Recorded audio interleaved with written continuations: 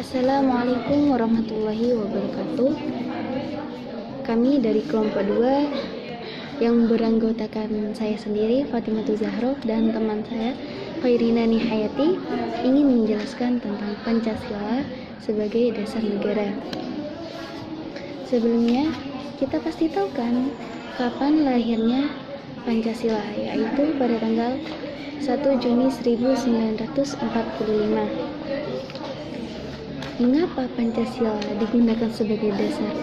Untuk mengatur penyelenggaraan aparatur negara yang sesuai dengan bunyi dan isi yang tercantum dalam pembukaan Undang-Undang Dasar 1945. Fungsi Pancasila yaitu sebagai dasar negara untuk dijadikan pandangan hidup bangsa Indonesia. Nah, kita pasti tahu kan isi dari Pancasila tersebut ada 5. Yang pertama, ketuhanan yang Maha Esa dengan lambang bintang. Artinya, bangsa Indonesia menyatakan kepercayaannya dan ketakwaannya terhadap Tuhan yang Maha Esa. Yang kedua, kemanusiaan yang adil dan beradab, yang dilambangkan dengan rantai, yaitu mengakui dan memperlakukan manusia sesuai dengan harkat dan martabatnya sebagai makhluk Tuhan yang Maha Esa. Mengakui persamaan derajat, persamaan hak, dan kewajiban asasi setiap manusia tanpa membeda-bedakan. Yang ketiga, persatuan Indonesia dengan lambang pohon beringin, mampu menempatkan persatuan, kesatuan, serta kepentingan dan keselamatan bangsa dan negara sebagai kepentingan bersama di atas kepentingan pribadi dan golongan. Yang keempat, kerakyatan yang dipimpin oleh hikmat kebijaksanaan dan permusyawaratan perwakilan, dilambangkan dengan kepala banteng, yang artinya sebagai warga negara dan warga masyarakat, setiap manusia di Indonesia mempunyai kedudukan, hak, dan kewajiban yang sama. Tidak boleh memaksakan kehendak kepada orang lain atau yang dikenal dengan egois. Mengutamakan musyawarah dan mengambil keputusan untuk kepentingan bersama dan tujuan bersama. Yang kelima, keadilan sosial bagi seluruh rakyat Indonesia yang dilambangkan dengan padi dan kapas, yaitu mengembangkan perbuatan yang luhur yang mencerminkan sikap suasana kekeluargaan dan kegotong royongan, mengembangkan sikap adil terhadap sesama, menjaga keseimbangan antara hak dan kewajiban, menghormati hak orang lain, dan menghargai yang lebih muda. Oleh karena itu, Pancasila merupakan sumber dari segala sumber hukum. Pancasila merupakan sumber kaidah hukum negara yang secara konstitusional mengatur negara Republik Indonesia beserta seluruh unsur-unsur, yaitu rakyat, wilayah, hingga pemerintah negara. Kemudian, kita sebagai warga negara Indonesia wajib menjaga dan melestarikan nilai-nilai yang terkandung dalam Pancasila tersebut. Dan sebagai sumber dari segala hukum, Pancasila tercantum di dalam ketentuan tertinggi, yaitu pembukaan Undang-Undang Dasar 1945. Kemudian dijabarkan lebih lanjut dan pokok-pokok pikiran yang meliputi suasana kebatinan dari UUD 1945 yang pada akhirnya dikonkretasikan di dalam pasal-pasal Undang-Undang Dasar 1945 serta hukum positif lainnya. Nah, pandangan tersebut melukiskan bahwa Pancasila secara integral atau utuh dan menyeluruh, sehingga merupakan penopang yang kokoh terhadap negara yang didirikan di atasnya, dipertahankan dan dikembangkan dengan tujuan untuk melindungi dan mengembangkan martabat dan hak-hak asasi semua bangsa Indonesia. Assalamualaikum warahmatullahi wabarakatuh. Saya Hoirina Nihayati dari Prodi Ekonomi Syariah. Saya mau menyampaikan Pancasila atas dasar negara, teori dan fungsinya.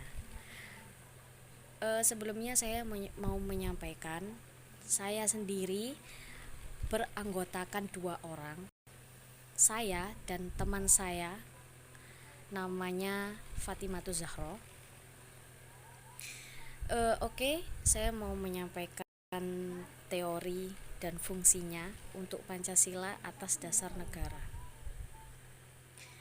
Baik, Pancasila atas dasar negara sendiri itu merupakan dasar serta landasan ideologi bagi bangsa Indonesia. Itulah mengapa setiap masyarakat Indonesia harus menjadikan Pancasila sebagai dasar dalam kehidupan sehari-hari untuk diri sendiri maupun bersama dengan orang lain.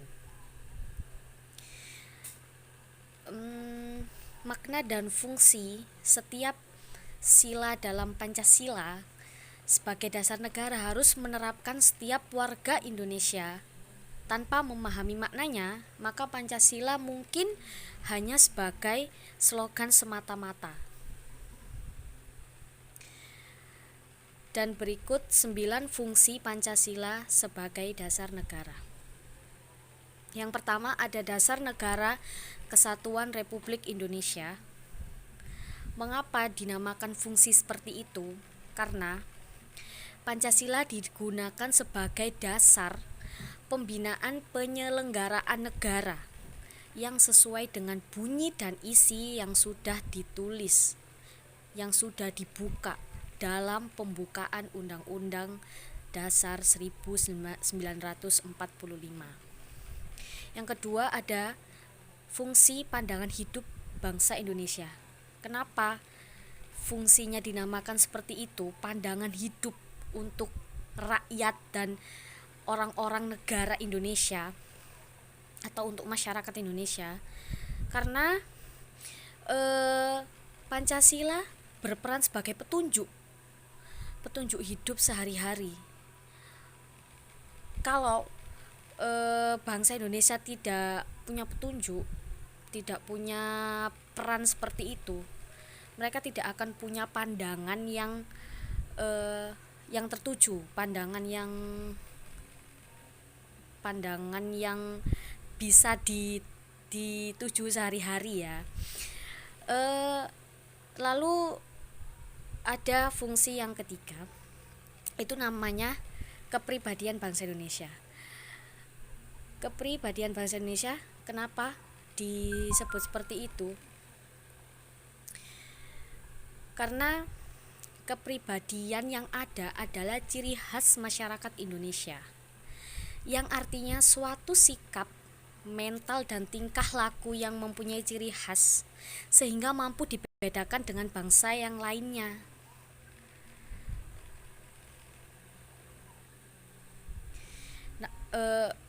Kan setiap orang beda-beda ya, semua orang beda-beda. Jadi semua orang, satu persatunya orang pasti mempunyai kepribadian yang berbeda. Makanya kenapa fungsi dari Pancasila sebagai dasar negara ada yang namanya kepribadian bangsa Indonesia. Lalu ada jiwa bangsa Indonesia. Jiwa bangsa Indonesia itu sendiri jiwa bangsa yang lahir bersamaan dengan adanya atau terbentuknya bangsa Indonesia, yaitu pada zaman Kerajaan Sriwijaya dan Majapahit. Hal ini senada dengan apa yang dikemukakan oleh Prof. Mr. A.G. Pringgodikdo dalam tulisannya yang berjudul Pancasila. Oke, lanjut. Ada fungsi yang kelima, namanya sumber dari segala sumber hukum. Kenapa disebut seperti itu? Karena cita-cita mengenai kemerdekaan individu, kemerdekaan bangsa atau negara, peri kemanusiaan, keadilan sosial, dan perdamaian nasional yang merupakan hak dan kewajiban warga negara. Cita-cita hukum atau politik is about sifat, bentuk, dan tujuan negara Indonesia. Yang keenam ada perjanjian luhur bangsa Indonesia. Mengapa dinamakan fungsi seperti itu? Karena perjanjian luhur di sini adalah ikrar yang telah dibuat saat memproklamasikan kemerdekaan bangsa Indonesia bersama-sama oleh para pendiri bangsa Indonesia. Yang ketujuh ada falsafah hidup yang mempersatukan bangsa. Itu kenapa dinamakan seperti itu? Karena falsafah hidup dan kepribadian bangsa Indonesia yang mengandung nilai-nilai dan norma-norma luhur serta pagar benar, adil, bijaksana, dan tepat bagi bangsa Indonesia untuk bisa mempersatukan seluruh rakyat Indonesia. Yang kedelapan ada cita-cita dan tujuan bangsa Indonesia. Kenapa dinamakan cita-cita dan tujuan? Karena dapat dikatakan sebagai cita-cita dan tujuan itu karena cita-cita luhur inilah yang kelak akan dicapai oleh bangsa Indonesia selaku bangsa negara kita sendiri. Dan yang terakhir ada fungsi yang berlandasan ideologi dari bangsa Indonesia itu sendiri. Mengapa dinamakan fungsi ideologi bangsa Indonesia? Karena Pancasila sebagai ideologi, Pancasila sendiri itu sebagai ideologi negara dan dapat diartikan sebagai visi atau arah penyelenggaraan kehidupan berbangsa dan bernegara di Indonesia dengan terwujudnya suatu kehidupan yang menjunjung tinggi ketuhanan, nilai kemanusiaan, kesadaran akan kesatuan, berkerakyatan, dan menjunjung tinggi nilai keadilan sosial. Kita jadi bisa terarah, terbimbing seperti itu. Oke, sekian, terima kasih.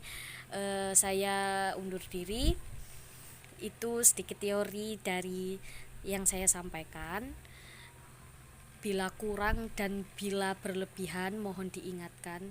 Terima kasih. Wassalamualaikum warahmatullahi wabarakatuh.